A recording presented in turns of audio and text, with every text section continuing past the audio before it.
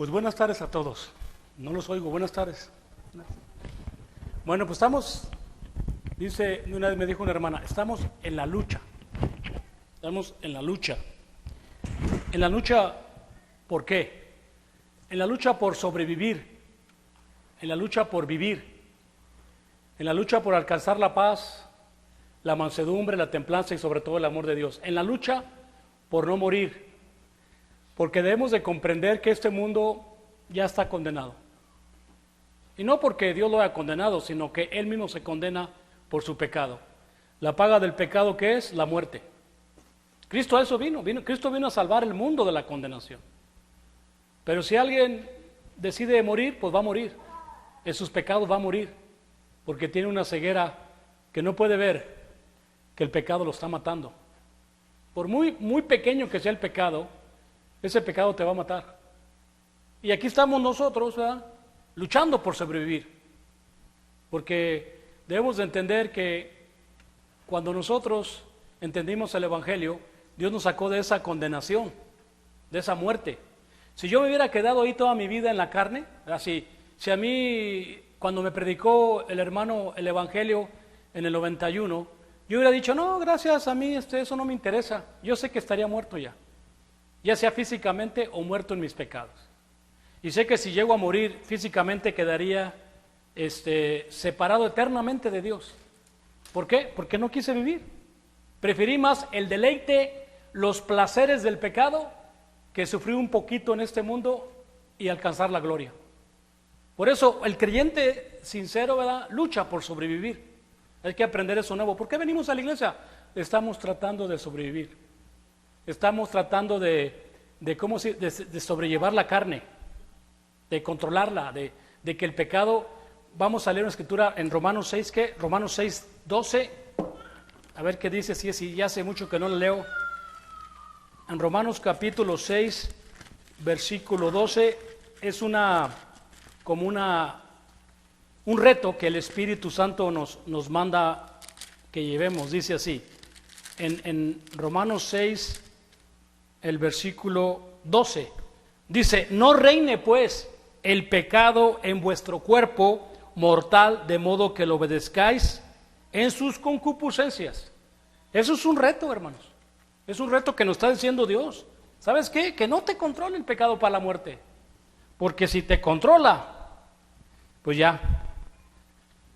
Especialmente a nosotros que hemos entendido el Evangelio y hemos comprendido de dónde salimos, y que después de haber salido ahí, otra vez el pecado nos esté controlando, es como dice el Proverbios, el perro vuelve ¿a qué? A su vómito. O sea que es muy triste, pero eso significa estamos en una guerra, en una lucha de sobrevivir, de seguir adelante. Bueno, estamos estudiando, voy a volver a repetir el versículo de Efesios capítulo 4, versículo 5. Vamos a hablar, ya les expliqué yo la semana pasada, que nomás hay un Señor, ¿verdad? Vamos a leerlo. Efesios capítulo 4 y en el versículo 5 dice así, un Señor, una fe y un bautizo. Bueno, yo la semana pasada le estuve diciendo, ¿verdad?, que nomás hay un Señor. Bueno, si tú quieres, ya hay otro Señor, que ese Señor es el que controla el mundo, es otro espíritu. ¿Ese espíritu quién es? Satanás. O sea, que Satanás tiene al mundo controlado. Lo controla. El mundo, dice Juan, el mundo entero está bajo el maligno. El mundo oye al mundo, sus opiniones, sus frases, todas esas cosas significa que ellos se oyen. Y de hecho hasta le estaba platicando a un sobrino que, si yo te digo a ti, oye, te hice un embrujo, o que ¿cómo se dice? Te eché un maleficio. ¿Ya? ¿Qué? Un mal de ojo, ¿verdad? Si yo le digo, si yo estoy en la carne y le digo a otra persona, te voy a echar un mal de ojo, se la creen. Se creen, ay, me hizo un maleficio, quién sabe qué. Porque así es el mundo, se creen lo que se creen. Pero si tú crees en Dios, yo no creo en esas cosas. A mí solamente que me des a comer algo que esté podrido, pues me puede hacer un daño en el estómago, nada más. Pero es porque me lo diste, o algo, traías mala cizaña y me diste ahí los tacos en fríos, o me diste la carnita media así, media mal. Pero eso no va a ser más que un daño. Pero yo no creo en esas cosas de que te pueda hacer un un maleficio. Pero el mundo sí lo cree, porque son del mundo. Entonces nosotros debemos de entender que hay un Señor, es el Padre de nuestro Señor Jesucristo, y que es el que envió a su Hijo a rescatarnos de esta condenación y de esta muerte. Y por eso tenemos que estar siempre agradecidos por todos lados, ¿no? Entonces, sí, hay un Señor que es Dios, y también hay un ¿qué? Dice, un Señor, una fe y un bautizo. También nada más hay una fe. La fe de que está escrita, esta fe, ¿cuándo empezó esta fe? ¿Cuándo empezamos a vivir por fe? En Hechos, aunque Cristo él es el ejemplo del autor de la fe, él cumplió a su Padre hasta la muerte, pero si hablamos de la fe, del conocimiento de la fe, del conocimiento del Hijo, que es el autor de la fe, eso empezó en Hechos 2.14. En Hechos 2.14 es el primer sermón evangélico que tenemos que creerlo por fe. En Hechos 2.14 se inicia el Nuevo Testamento, como empieza la fe. La fe que nos dice que se inicia la iglesia, en Hechos 2, se inicia el Nuevo Testamento, se inicia la remisión de pecados, en Hechos 2, y todo es por fe, todo empieza por fe, y se inicia, ¿qué otra cosa me falta, hermanos? ¿Qué? ¿Qué pasó? Mi hermana anda pensando en la luna.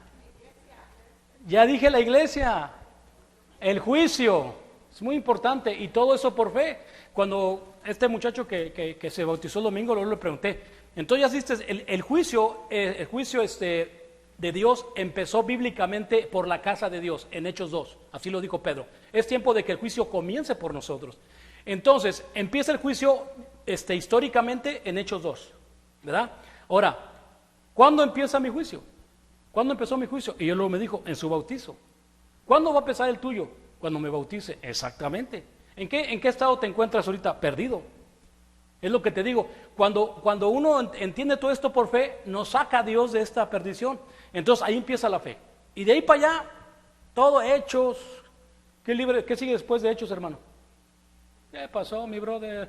Romanos, Primera de Corintios, Segunda de Corintios. Todos los libros después de Hechos 2 son los que es la fe. Todo eso es por fe. Sí, todo es por fe. Ahí, si quieres hacerlo o no lo quieres hacer, esa es tu decisión. Pero dice la Biblia, el justo por la fe vivirá. El que ha sido justificado, el que está luchando, ese que estoy hablando, el que está luchando, dice que debe de vivir por la fe. Y la fe, hermana, ¿qué es la fe? Exactamente. No, la fe es la certeza, la convicción de lo que no se ve. O sea que aquí yo le digo a mis estudiantes, yo no he visto absolutamente nada. Ni creo que los chamucos te andan espantando, como hay gente que en la noche se mete el chamuco, no les platiqué que una vez me dijo una familia que si podía ir a ayudarles, porque estaban viendo una niña, que ya había, en una traila que ya habían visto 2, 3, esa niña. Entonces me dijeron que si podía echar fuera a la niña. Y yo le dije, pues sí voy a echar fuera a la niña, a ver si Dios me da. Yo no sé qué estarán mirando, pero digo, vamos a ver qué hacemos. Y llegando les dije, bueno, miren, yo voy a decir esto, porque sí está escrito. Os conjuro en el nombre de Cristo que te salgas de aquí, espíritu que salgas de esta casa. No estés molestando más, pero necesitan invitar al de Dios. O sea, echamos fuera el malo, pero que venga el bueno. ¿Cómo se recibe el Espíritu Santo? Arrepentíos y bautícese cada uno de ustedes y recibirán ¿qué? El don del Espíritu Santo. Porque yo echo fuera y luego se van a venir 7 otra vez. Es que tenemos que librarnos de esos espíritus y aceptar el de Dios. No, pues con él se empecé a predicar y dijo, no vayas, ya sabemos lo que tenemos que hacer. Y ya no dijeron nada del niño. Es que te vuelvo a repetir, es que es importantísimo. Cuando la palabra de Dios viene en cualquier lugar, los demonios salen corriendo. No quieren nada, los demonios no quieren nada con Dios. Y no estoy hablando de demonios, no, estoy hablando del demonio de la mentira, el demonio del egoísmo, el demonio de robar, el demonio todos los demonios que sabemos. Entonces, pero todo es por fe, hermanos. Por eso es la prueba de la fe, pero nomás hay una fe. Y ahora sí, la fe que agrada a Dios es la que viene por el oír. Esa es la que agrada a Dios. es la que te va a salvar. Porque si a mí me dices tú, yo tengo mucha fe, a mí una gente cuando me dice yo tengo mucha fe, yo también digo, pero ¿en qué se basa su fe? ¿Verdad? ¿En la palabra de Dios? Ah, bueno. ¿O se basa en una estatuilla? ¿Se basa en un monito? Los de la India tienen un montonal tienen mucha fe. La gente más religiosa del mundo son los de la India. Pues yo para meter a un lago lleno veo videos asquerosos, tienes que tener mucha fe, hermano. Entonces esta gente tiene mucha fe, pero en sus ídolos. Está bien, digo, pero esa fe, de acuerdo a la palabra, no te va a salvar. Créemelo, una rata no te va a salvar, porque creen en las ratas. Creen en las ratas que son Dios, o sea, no te va a salvar. Y así mucha gente cree cosas, esa fe no es la que te salva. Y digo, Jesucristo, hágase al hombre conforme a su fe. O sea, una persona puede decir, no, yo no necesito a Dios, o yo le pido a mi Dios y me da todo perfecto. Es que Dios da a los buenos y a los malos. O sea, yo les he dicho que ustedes andan agradar a Dios para que les dé dinero, pues no necesitan venir a Dios, Él hace llover sobre buenos y malos. Más bien ponte ahí a imaginar cómo puedes hacer dinero, ahí échale ganas y te va a llover, porque para todos sale ¿qué? Para todos sale el sol. No, venimos aquí por la fe en Dios. Y estemos bien o estemos mal, como dijo Pablo, aprender a vivir en las buenas y en las malas. Pero mi fe es mi fe. Bueno, ahora un bautizo. Un bautismo es un bautismo el que haya nada más. Un bautismo. Entonces cuando se escribe esta carta de Efesios, ya nada más hay un bautismo. Ya no existen los bautismos que existieron en el Viejo Testamento. Ya no existe el bautismo del Espíritu Santo, ahorita vamos a hablar un poquito de él. Ya no existe la medida bautismal del Espíritu Santo, ya todo eso terminó. Ahora todo es un solo bautizo. Y ese bautizo que existe es para, como digo, para remisión de los pecados y recibir el Espíritu Santo. Ese es el bautismo que existe hoy, para redimir nuestras faltas, nuestros errores y recibir a Dios. Así también hay que decir, porque el Espíritu Santo es Dios.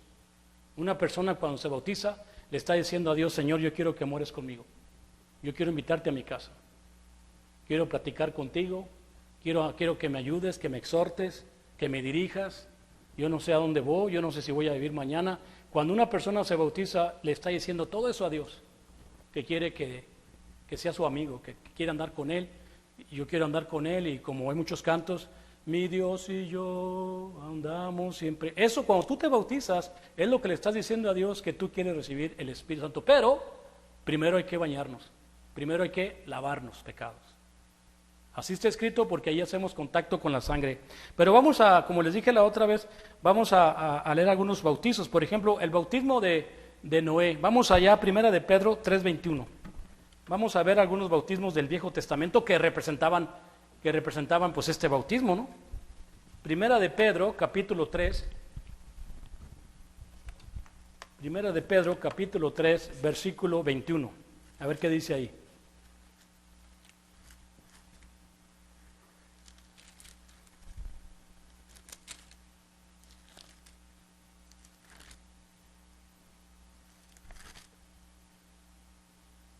Dice, el bautismo que corresponde a esto ahora nos salva, no quitando las inmundicias de la carne, sino como la inspiración de una buena conciencia hacia Dios por la resurrección de Jesucristo.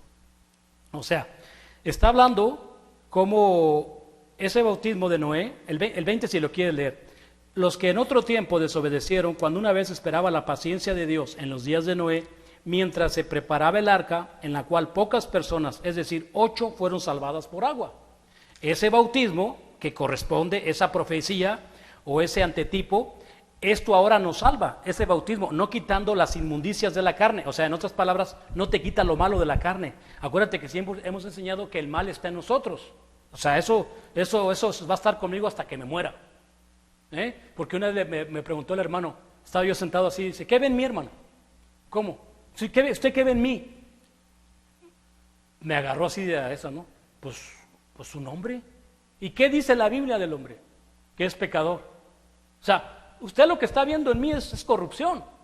Porque estos ojos, así como los ves, de así me decía mi mamá y no le quería creer, decía, estos ojos que se los van a tragar los gusanos, vieron esto. Y sí es cierto, estos ojos, bueno, ya no quieren darle nada a los gusanos, queman al cuerpo. Pero si no lo quieren quemar, los gusanos se lo van a comer. Entonces, este mal está en nosotros.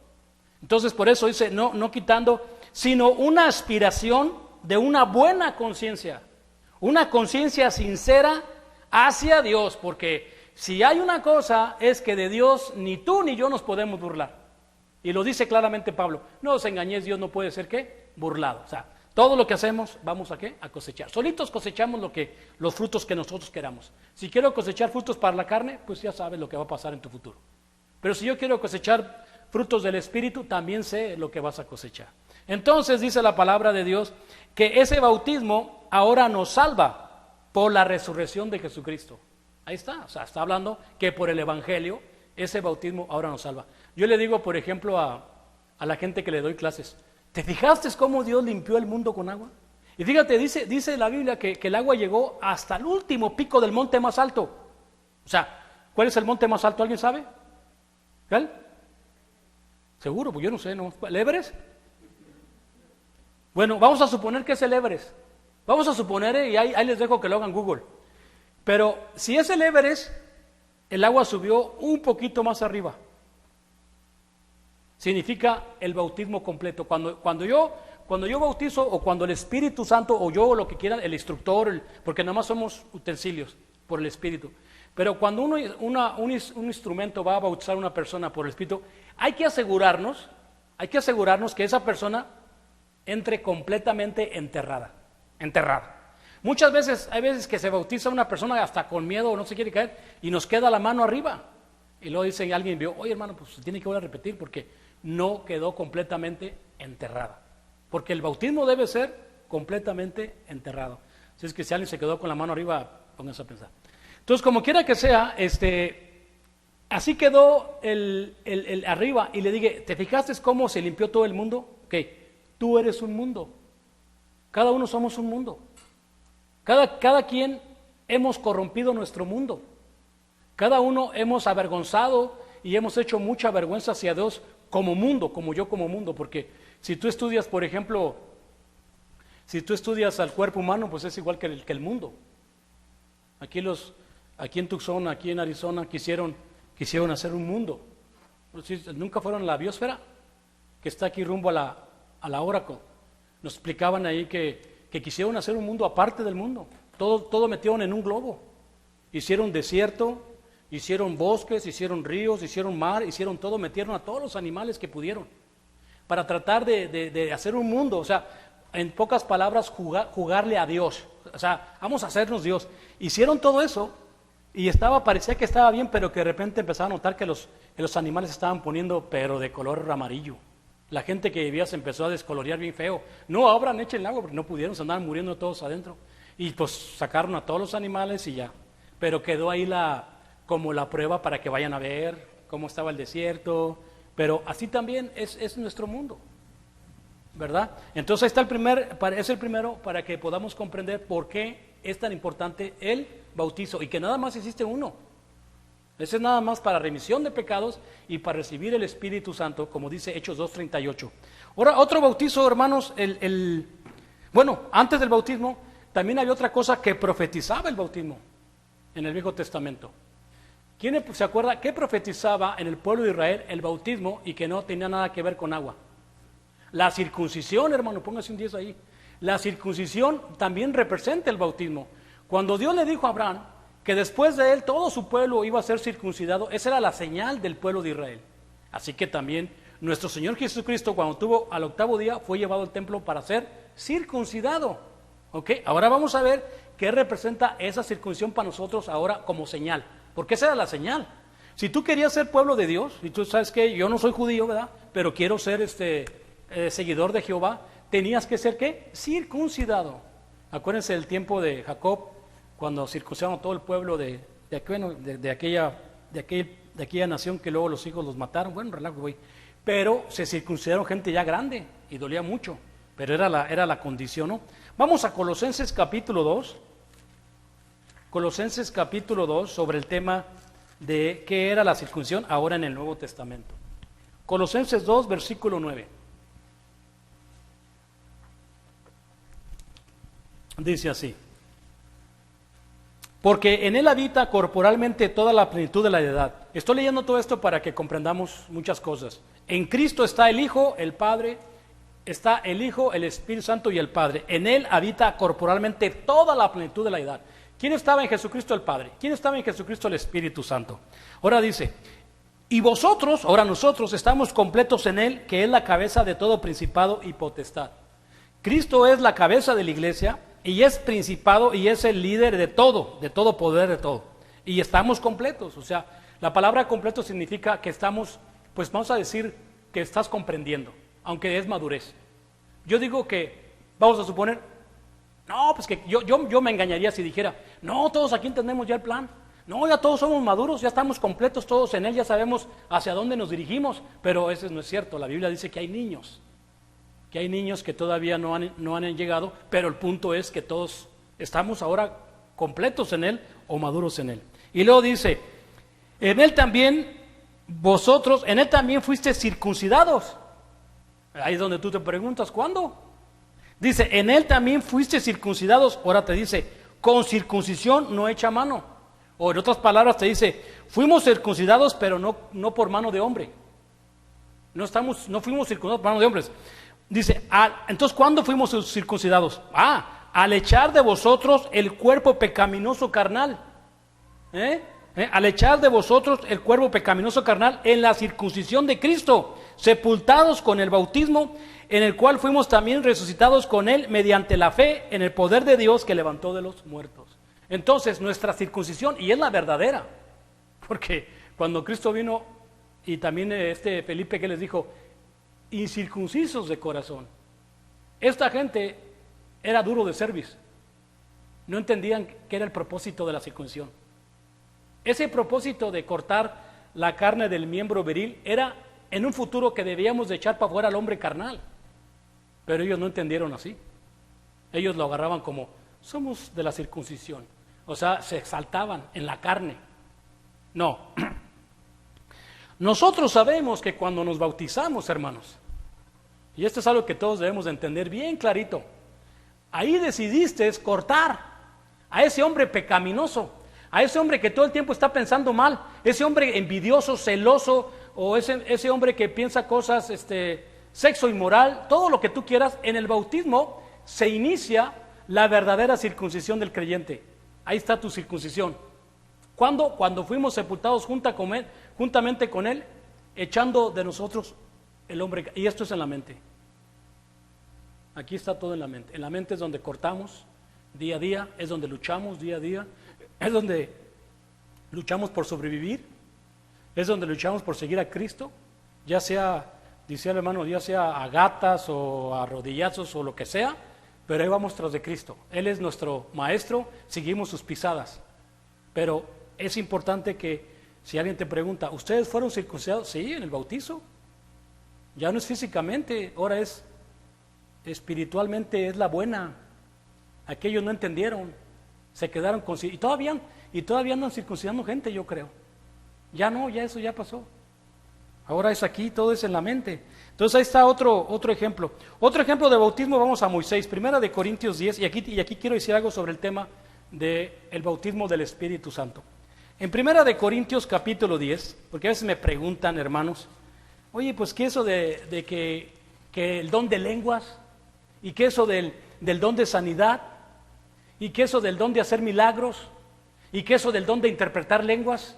Y que lenguas angelicales, todas esas cosas tienen que ver en esto. En 1 Corintios capítulo 10, del 1 al 6 voy a leer, dice así: porque no quiero, hermanos, que ignoréis que nuestros padres todos estuvieron bajo la nube y bajo el mar, y todos en Moisés fueron bautizados en la nube y en el mar, y todos bebieron el mismo alimento espiritual, y todos bebieron la misma bebida espiritual, porque bebían de la roca espiritual que los seguía, y la roca era Cristo.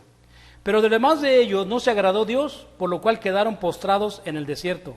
Mas estas cosas sucedieron como ejemplo para nosotros, para que no codiciéis cosas malas como ellos codiciaron. ¿Qué estoy hablando de aquí? Bueno, ¿quién no sabe la historia? Bueno, siempre debemos saber esta historia. Pablo dice, yo no quiero, hermanos, que ignoréis. ¿Ok? No hay que ignorar. ¿Qué pasó aquí? Bueno, acuérdense que cuando Moisés, para poder librar a este pueblo de la esclavitud, para poder pasar por el mar rojo, que era el bautismo, Moisés tuvo que venir a ver al faraón. ¿Estamos de acuerdo? Pero vino a ver al faraón, no con las manos así. Él hasta tenía miedo de ver al faraón, porque dice, ¿quién soy yo? ¿Qué le dio Dios a Moisés? ¿Qué le dio? Una vara que tenía que todo el poder estaba en esa vara. O sea, Moisés no va a ver al faraón sin nada, lleva mucho poder en esa vara. Él no lo creía, pero bueno, si lo creía o no lo creía, él llevaba ese poder, ¿no? Le decía a Dios, porque acuérdate que iba como temblando. Entonces, cuando el faraón se le presenta la oportunidad de ver a Moisés, Moisés le dice, deja salir a mi pueblo. Y el faraón no lo deja salir. En ese momento, la vara de Aarón se convierte en una víbora. Esta víbora era una víbora real. Esta víbora, si te pica, te mata. El faraón también hizo víboras, pero sus víboras no tienen, es como un hipnotismo, no son de aldeveras. Satanás hace prodigios engañosos nada más. A partir de ese momento, fueron 40 años de maravillas que hizo Dios con Moisés y con su pueblo. 40 años, nada más. 40 años. ¿Qué hizo Dios en Egipto? Les mandó plagas. Mandó la rana, los piojos, la sangre del río se convirtió el río Nilo se convirtió en sangre por 7 días. Una peste. Eran cosas que venían de una tras de otra. El sol se fue tapado por 3 días. Hubo granizo con fuego. Y el faraón no los dejaba salir. Pero hubo 40 años de maravillas, de milagros. Es muy importante, milagros, maravillas. Entonces, en el desierto alimentó a su pueblo con el maná. No cambiaron nunca de zapatos. Imagínate, el tiempo que estuvieron en Egipto, pasaron el mar se abrió, es otro milagrazo, se abrió el mar, y entraron al desierto, y en el desierto Dios los tuvo por muchos años ahí alimentando a su pueblo. Hubo muchas cosas en el desierto, maravillas. Entonces, esas maravillas que estoy hablando, ya no están en vigor. Ya no están en vigor, porque fueron nada más 40 años de estas maravillas. Y estas maravillas que hicieron Dios hizo con los judíos, se profetizó en Miqueas, capítulo 7, versículo 15, que dijo el profeta que se iban a repetir esas maravillas. Si alguien me gana encontrarlo, lo puede leer. 7:15. Ya lo encontré, le gané. No, trae Malaquías.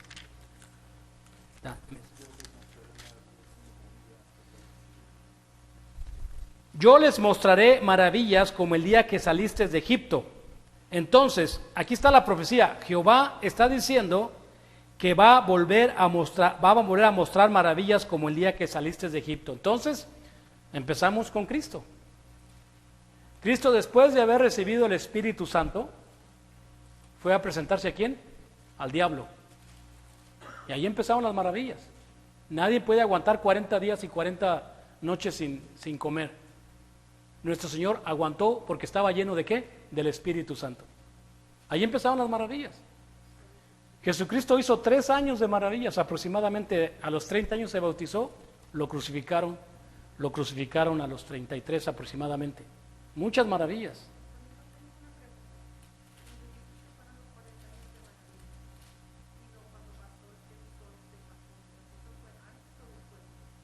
No. Quiero que se... No, me pongo pizarrón. O sea, lo que estoy explicando del bautismo, y vamos a hablar del bautismo también de la medida bautismal, es porque tenemos que enfocarnos. Tenemos a Cristo y luego tenemos a Moisés. Paralelo, hagan un paralelo. Todo lo que pasó con Moisés va a pasar con Cristo. Las maravillas que hizo Moisés, también Cristo va a hacer maravillas. Estas maravillas y milagros son ¿para qué? Para que los que no crean, crean. ¿Sí? Para los que no crean viene Moisés, yo no te creo, Moisés. Mira mi vara. No, pues sí. Viene Jesucristo, ¿quién eres?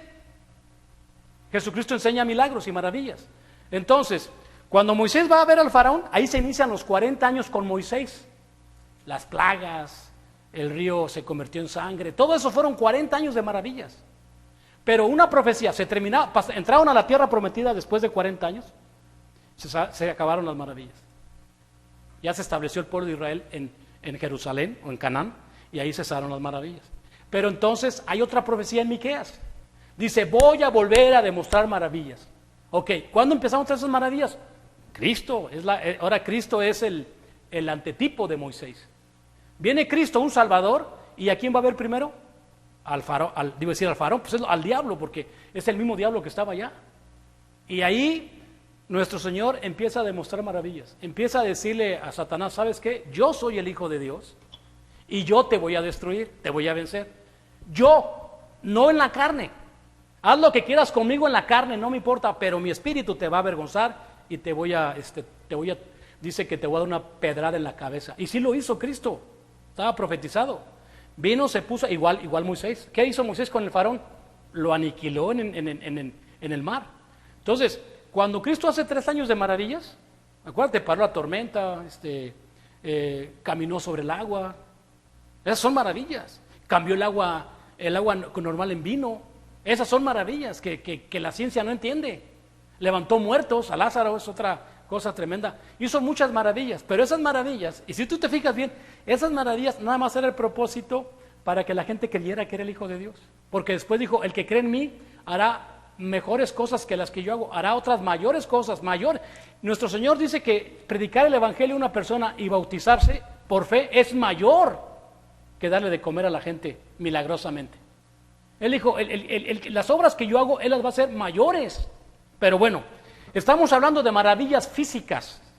Cristo hizo maravillas físicas, la gente lo miró y lo crucificaron y resucitó. Esa es una maravilla, pues haz de cuenta que es la más grande de todas, el Evangelio. El Evangelio es la maravilla más grande que Dios ha hecho al mundo, de que darle vida a los muertos, y es lo que quiere hacer ahora con el hombre. Después de su ascensión, Jesucristo les dio ese poder a los apóstoles. Y los apóstoles se aventaron otros 37 años más o menos, haciendo las maravillas profetizadas por Micaías 7:15. Pedro una vez levantó una hermana que cayó muerta. Hicieron muchas maravillas, pero ya para esta que estamos leyendo, Efesios 4:5, donde dice una fe, un bautismo, ya cesaron las maravillas. Hay que investigar cuándo se escribió el libro de Efesios. Si el libro de Efesios se escribió en el año 70 aproximadamente, concuerdan los 40 años. Termina las maravillas. Ya no hay, y en ese tiempo los apóstoles, déjate te explico otra cosa porque lo vamos a leer. Los apóstoles llenos del Espíritu Santo, se levantó una congregación como de 3,000 el primer día, 3,000 cristianos. Y luego al día siguiente se bautizaron 5,000. Entonces, ¿qué hacían los apóstoles para que les ayudaran a que la iglesia siguiera creciendo en estas maravillas?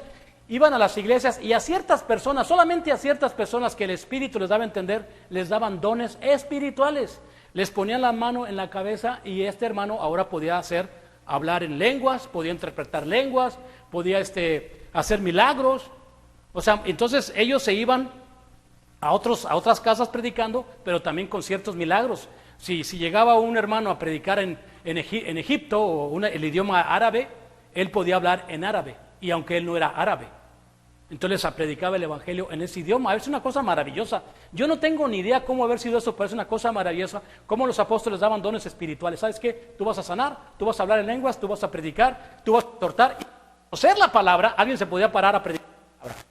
Se le revelaba las cosas maravillosamente. Entonces imagínate, si uno se iba lejos a predicar y hablar en otro idioma, él les hablaba en ese idioma. Pero aparte, no nomás eso, no nomás vengo así, hago también milagros. La gente más se acercaba. Porque ¿qué dijo Jesucristo en Marcos 9:1? ¿Se acuerdan qué dijo Jesucristo en Marcos 9:1? Pues no se van a acordar. Dice, de cierto os digo, que muchos no desearán la muerte hasta que no hayan visto venir el reino, ¿qué? Con poder. Entonces mucha gente, todo se basaba en el Evangelio, pero con poder. Entonces todas estas maravillas, para este tiempo de Efesios ya cesaron. Y hay muchas partes donde dice, cesarán las lenguas, cesará la ciencia, cesarán las maravillas, dice, pero el amor nunca dejará de ser. Entonces ahora nosotros ya no necesitamos, y te lo digo honestamente, y qué bueno que, como Dios sabía todo, ¿no? No necesitamos que alguien venga aquí que diga, estoy enfermo de aquí, métele aquí, y otro ahí le toca la mano y se salva. Eso se puede imitar. O sea, si quisiéramos tener gente, hacemos un verdadero show. A ver, tú endemoniado, tú enfermo, tú vas a hablar en lenguas, tú vas a entender lenguas, y ese es un show. Imagínate, el hermano Marcos dijo que uno entró en una iglesia y que estaba un hombre que estaba... Dijo, ese está hablando en africano, ese idioma yo lo conozco. Y se puede imitar todo eso. Ahorita tanto chantaje, si por sí hay chantaje, imagínate todo el chantaje que sería, no, eso terminó ya, y Dios lo sabía. Pero en ese tiempo no era chantaje, en ese tiempo era la realidad. La gente venía a escuchar el amor de Dios, el evangelio, y se lo hacían bien claro en su idioma, y también lo habían entendido. Pero terminó todo eso, y por eso ustedes van a leer ahorita en Corintios, 1 Corintios 12. Bueno, si nos vamos a leerlo. 1 Corintios 12 dice así. Vamos a ver qué dice 1 Corintios 12. Acuérdate que aquí Corintios se escribe luego enseguida de la muerte de Cristo, o sea, sería apenas 20 años después de Cristo. En 1 Corintios 12 dice así. Dice, no quiero, hermanos, que ignoréis acerca de los dones espirituales. Sabéis que cuando erais gentiles se os extraviaba llevándonos como se lleva a los ídolos mudos. Por tanto os hago saber que nadie que hable por el Espíritu de Dios llame anatema a Jesús, y nadie puede llamar a Jesús sino por el Espíritu Santo. Ahora bien, en el 4, ahora bien hay diversidad de dones, pero el Espíritu es el mismo. Si hay diversidad de ministerios, pero el Señor es el mismo. Hay diversidad de operaciones, pero Dios es el que hace todas las cosas, en todos es el mismo. Pero cada uno les es manifestada el Espíritu para provecho, porque a este es dada por el Espíritu palabra de sabiduría, otro palabra de ciencia, según el mismo Espíritu, otro fe, por el mismo Espíritu, otro dones de sanidad, por el mismo Espíritu, otro el hacer milagros, otro profecía, otro discernimiento de espíritus, otro diversos géneros de lenguas, otros interpretación de lenguas, pero todas estas cosas las hace uno, el mismo Espíritu, repartiendo a cada uno en particular con el que quiere. Porque así como el cuerpo es uno y tiene muchos miembros, pero cada miembro del cuerpo, siendo muchos, son un solo cuerpo, así también es Cristo. Bueno, entonces ahí se fijan, ¿ves? Ahí está diciendo el Espíritu que daba a unos ciencia, daba a otros, había un discernimiento de espíritus, ahí dijo, ¿verdad? O sea, imagínate que alguien pudiera saber lo que estabas pensando. O sea, había muchos, aquí había muchos, pero todos estos se les llama... Ese tiempo fueron los 40 años, se le llama la medida bautismal del Espíritu Santo. Ahí te va. Nosotros nos bautizamos en el último bautizo que hay, nada más. Ok. En ese tiempo, si nosotros estuviéramos en ese tiempo, haz de cuenta, despuesito de la muerte de Cristo, y fuéramos ahora sí que los primogénitos, venía Pablo, como él tenía eso que dice, el discernimiento del Espíritu, que dice, profecía, discernimiento de espíritu. Dice, a otros hacer milagros, a otro profecía, a otros discernimiento de espíritu. Entonces, por ejemplo, eso se llama discernimiento de espíritu. Para mí es, conozco tu alma, sé quién eres tú. Vine a Pablo y decía, el hermano, yo lo conozco. Él es un hombre muy fiel y mi espíritu me dice que yo lo conozco. Casi se metía a su mente. Podía saber quién era. Voy a poner mis manos como Timoteo. Pablo le puso las manos a Timoteo. Timoteo, desde muy chiquito, Timoteo era un hombre muy dedicado a Dios en las Escrituras. Y entonces, como Pablo vio a Timoteo, dijo Timoteo, lo puso enfrente de una congregación y tenía 16 años. O sea, imagínate qué hermoso es que llegaba y te conocía, daba dones a ciertos hermanos. Ellos ya están listos para recibirlo. Otros no, otros todavía tenían que madurar como nosotros, tenían que crecer espiritualmente como nosotros. Esa era la razón por la cual Dios daba esos dones, que unos éramos como nosotros, otros un poquito más creciditos espiritualmente, otros más poquito, y los apóstoles estaban hasta arriba. Imagínate los apóstoles llenos del Espíritu Santo. Ahora ya no hay apóstoles, ahora ya no tenemos quizás hermanos que hagan eso, ahora tenemos el Espíritu Santo también, que nos sigue ayudando a madurar, a poder comprender. Pero todas estas cosas ya no son necesarias. Ya no son necesarias, porque ahora el justo vive por la fe. Y la fe es algo que no se ve. Pero aquí, estos 40 años de maravillas tuvieron que ser necesarios para que se estableciera el reino, la iglesia, y que Cristo fuera el rey, y todo empezó, como decimos, empezó por vista, pero después de los 40 años, dijo Pablo, el justo por la fe vivirá. Entonces, ese de medida bautismal ya no está en vigor, para que no te anden diciendo ahí que hace milagros. Y aquí una vez el hermano decía que estábamos dispuestos a dar $30,000 si esos hombres que dicen que hacen milagros hicieran un milagro como el de Cristo, uno como el de Cristo. No hace nada. Un milagro, por ejemplo, de convertir el agua en vino o levantar un muerto. Pues no, si todavía existían esos milagros, pues nadie se moría, iban aquellos y los sacaban del panteón. Otro bautismo fue el de Naamán. ¿Se acuerdan de la historia de Naamán? Naamán es otro bautismo. Para mí, cuando yo leí esa historia de Naamán, pues para mí fue una gran, ¿cómo se puede decir? No me lo enseñó el hermano. Yo de una vez estaba leyendo ahí mi Biblia y me topé con esa historia de Naamán, Segunda de Reyes, capítulo 5. Me puse a leerla. Me llamó la atención Naamán, un hombre leproso, un hombre que no era judío, de Siria. Este hombre tenía lepra y no lo podían sanar. Y una mujer que se había llevado de esclava, era israelita, le dijo, oye, pues si vas a Samaria, ahí hay quien te sane. Y yo leyendo mi historia, estaba leyendo, ok, va. Y llegó ahí, ¿se das cuenta? La primera vez que la historia me impactó, porque yo me metí en la historia. Entonces este hombre va con todo su dinero a ver allá quien lo sanara, y cómo se enoja el rey de Israel pensando que iba a haber guerra, y cómo el varón de Dios, Eliseo, le dice, venga para acá, ¿para qué te enojas?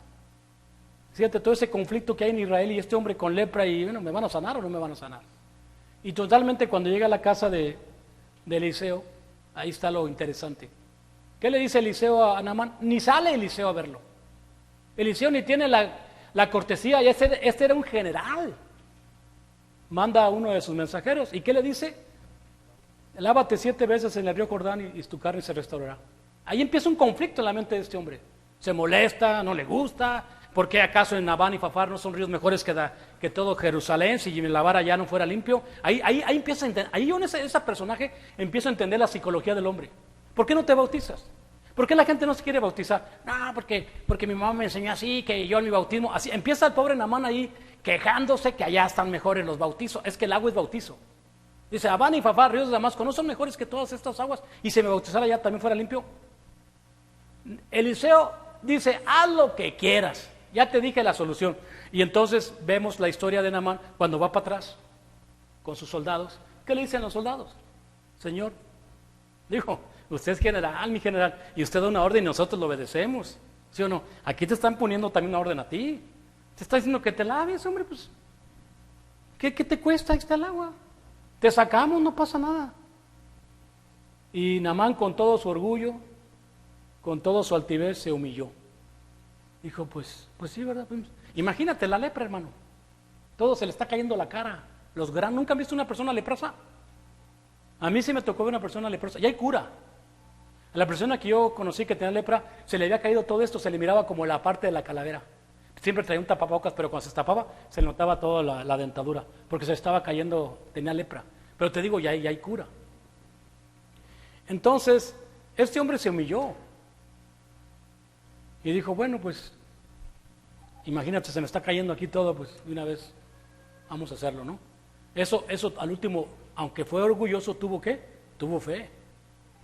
Tuvo la fe. Y se zambulló 7 veces conforme a la voluntad de Dios, y sale su carne como la de un niño. Cuando yo dije, pues ese es el Evangelio. Eso para mí es todo lo que, para mí esa historia de Naamán es todo lo que se trata la Biblia. Es todo lo que se trata la Biblia. Porque Naamán representa a cualquiera de nosotros. Mucha gente, hasta una mujer muy hermosa. Una mujer hermosa puede estar muy hermosa, de buena familia. Un hombre puede ser un hombre muy importante, de mucho dinero o lo que seas. Pero tienes lepra. ¿Sabes qué es la lepra ahora en el Nuevo Testamento? ¿Quién me puede decir qué es la lepra en el Nuevo Testamento? Es el pecado. O sea, yo puedo ver una mujer muy hermosa, lo que tú quieras, pero está llena de lepra. Cada pecado que hace es lepra, es lepra, es lepra. Y esa lepra nadie te la va a quitar. Esta lepra te va a llevar a la muerte, seas quien seas. Yo me maravillo ahora, por ejemplo, ves que mirábamos shows, ¿verdad? Mirábamos shows, por ejemplo, me gustaba mucho como cantaba esta Lucha Villa. Usted conoce a Lucha Villa, hermano, es su paisana, de ahí de Chihuahua, ¿verdad? Entonces, cuando ella salía, cantaba, era una mujer, para mí, cantaba muy bonito y no era fea la mujer. No, hombre, pues ahora la ves y te quedas y dices, de veras, ¿qué les pasó? ¿O qué nos va a pasar? O sea, y te lo ponen, yo no sé si lo hacen de burlar, el antes y el después. Imagínate que a todos nos saquen el antes y el después. Híjole, hay tantas artistas que quedaron horribles y se quisieron operar o meterse quién sabe qué y salió peor la operación. O sea que se fueron a Guatemala y se salieron a Guatepeor. Pero es que es verdad, hermano. La lepra es lo que te va a pudrir todo. Y eso pudre la carne, pudre todo. Y la única solución es obedecer. ¿Sabes por qué le dijo 7 veces a Naamán? Porque 7 es el número completo. Mucha gente no entiende que hay un evangelio completo. El evangelio que yo te predico es completo, es la muerte. Ayer me hablé con una persona y le dije, oye, es que yo creo mucho en el evangelio completo. Y le digo, ¿y qué es el evangelio completo? Me llamó la atención porque estás hable y hable y creo que estás a ver, ¿qué es el evangelio completo? Es la palabra de Dios. Ahí ya no entendió. No confundas. Una cosa es el evangelio completo y otra cosa es la palabra de Dios. El evangelio completo trajo la palabra de Dios. ¿Qué es el evangelio completo? Muerte, sepultura y resurrección. Y esta muerte, sepultura y resurrección se obedece en el evangelio. Y pues después de obedecer el evangelio, vives por la fe, que es el Nuevo Testamento. Son dos cosas diferentes. El verdadero y completo evangelio es la muerte, sepultura y resurrección. Esa es la buena noticia. Y que yo obedezco el evangelio en el bautizo. Ahí Dios me lava mis pecados. Y yo sé que aunque Naamán nació como un niño, el alma de un creyente queda, La gente que siempre que se bautiza siempre me dice, me siento muy a gusto. Claro, pues si Dios te quitó quién sabe cuántas toneladas de pecado. ¿Quién de ustedes no cuando se bautizó no te sentiste bien a gusto después? Yo veo la cara de las personas. Yo he visto personas que vienen al evangelio a bautizarse, traen una cara así y cuando se bautizan su cara cambia. Pareciera que no, pero sí sale. Se va para afuera todo ese peso del pecado. Y se los digo sinceramente. Y entonces la historia de Naamán es otro ejemplo del bautismo. Para que hoy alguien te diga, no, es que el bautismo no es importante. No, hay un bautismo. Es un bautismo de remisión. Bueno, después, la siguiente semana vamos a hablar del bautismo de Cristo, como ejemplo. Vamos a hablar que Cristo le dijo a Nicodemo también que hay que nacer del agua y del Espíritu. Y vamos a ver que si tú estás bautizado en Cristo, de Cristo estás, ¿qué? Revestido. Ahí le vamos a parar. Si alguien sabe ya lo que es el Evangelio y lo quiere obedecer hoy, pásele al frente mientras nuestro hermano entona este himno de invitación. Que Dios los bendiga a todos.